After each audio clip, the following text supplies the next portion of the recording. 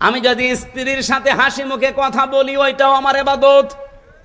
নবীজি বলেন আমার কাছে তিনটা জিনিস সবচাইতে বেশি প্রিয় ছিল। 1 নম্বরে সুগন্ধি, 2 নম্বরে নামাজ, 3 নম্বরে আমার নিজের স্ত্রী। ইমরাতি একালিপ টান আছে, আমার নিজের স্ত্রী আমার কাছে খুব ভালো লাগে। নবীজি বলেন আমার কাছে আমার স্ত্রী ভালো লাগতো, আমার নিজের স্ত্রী। আমাদের কাছে স্ত্রী ভালো লাগে, তবে নিজেরটা বাদ দিয়ে অন্যেরটা। এই না মানে না না বললে হবে আপনি?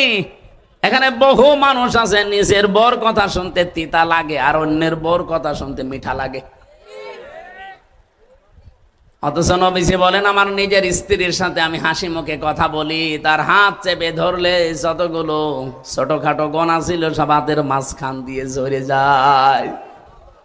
তাহলে স্ত্রীর সাথে হাসি মুখে কথা বলাও একটা ইবাদত। এই ছোটখাটো বিষয়গুলো বললে খুব খুশি হয়, ঠিক আছে বলেন, টয়লেটের কথা বলেন, স্ত্রীর কথা বলেন, এই বিষয়গুলো যদি আপনার কাছে ইবাদত মনে হয়, বলেন তো রাষ্ট্র চালানো এটা বিশ্ব নবী 10 বছর একাধারে চালিয়েছিলেন কোরআন দিয়ে, ওইটা ইবাদত হবে না কেন? এই জন্য আমার একটা ইসলামী কলি ছিল না, গজলের শেষের দিকে বলেছিলাম সুন্নাত নয় শুধু দাওয়াতের মেহমান, সুন্নাত নয় শুধু খাওয়া শেষে মধুপান, আরো কিছু সুন্নাত আছে তুমি জানো কি, জানলেও জীবনে কখনো তা মানো কি। সুন্নাত শুধু নয় মেষ চরাতে যাওয়া, আর সুন্নাত হলো রাষ্ট্রনায়ক হওয়া। এই সুন্নতের কথা বললে আজ চাঁপাইনবাবগঞ্জের যে স্বামী স্ত্রী 2 জন আছে মুফাসসিরে কোরআন, ওনারা ফতোয়া দিচ্ছে যে এটা রাজনীতি। কোরআন দিয়ে মানুষ কেন রাজনীতি করবে? বিশ্বনবী নিজে রাজনীতি করে রাষ্ট্রনায়ক হয়েছিলেন নাকি উড়ে এসে জুড়ে বসেছেন? সুতরাং ওনার কাজ যা ছিল ওইগুলো যদি আপনি সুন্নাত মনে করেন, খাবারের পরে মিষ্টি খাওয়া, মেসাক করা, 10 বছর রাষ্ট্র চালিয়েছে কোরআন দিয়ে, এইটাও সুন্নত মনে করা লাগবে। এটা যারা রাজনীতি মনে করে উল্টাপাল্টা কথা বলে চলে যেতে চান, এ জাতি এখন কিন্তু সব বুঝে ফেলেছে যে আপনি ধান্দাবাজ। আমরা যদি সফল হতে চাই, মহা সফলতা অর্জন করতে চাই দুনিয়া আর আখিরাত মিলে, 1 নম্বরে আমাদের গুণ তৈরি করা লাগবে, আমরা যেন তওবাকারী হই। তওবা করতে হলে কয়েকটা শর্ত মানা লাগে। 1 নম্বরে আপনাকে অপরাধের স্বীকৃতি দেওয়া লাগবে, 2 নম্বরে অনুশোচনা করা লাগবে, অনুতপ্ত হওয়া লাগবে, 3 নম্বরে জীবনে আর এই কাজ আমি কোনো দিন করবো না এরকম দৃঢ় সিদ্ধান্ত নেওয়া লাগবে।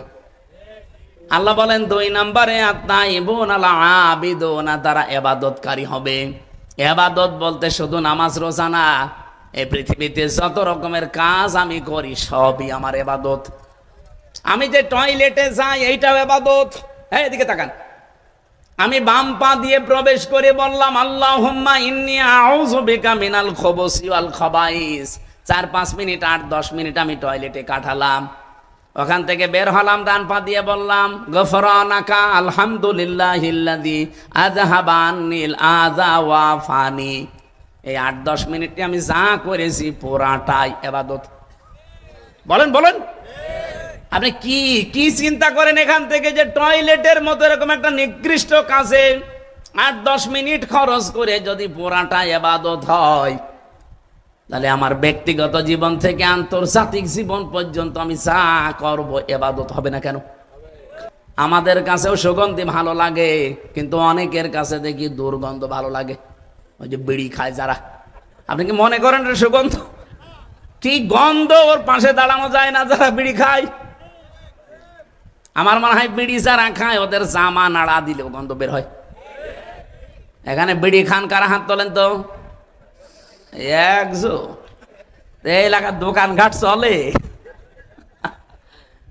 একজন আছে। যাক, আপনি ছেড়ে দিন ভাই, ও বদ অভ্যাস ওইটা। আর বেশি চাপ দিয়ে তো বলতেও পারছি না, কারণ আকিস গ্রুপ আল্লাহর ওলিরাই তো এটা বানায়। বহুবার বলেছি স্যারকে যে স্যার এটা বাদ দিয়ে খাবার তৈরি করেন যেন মানুষের স্বাস্থ্যের পক্ষে ভালো হয়।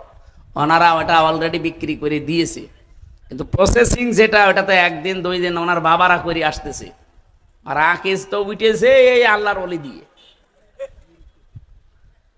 নামাজ নবীজির কাছে ভালো লাগতো, আমাদের কাছেও নামাজ ভালো লাগে, সেজদা ভালো লাগে, কিন্তু যেখানে সেখানে সেজদা দেওয়া যাবে না। কত মানুষ মাজারে কবরে বাবার পায়ে সেজদা দেয়।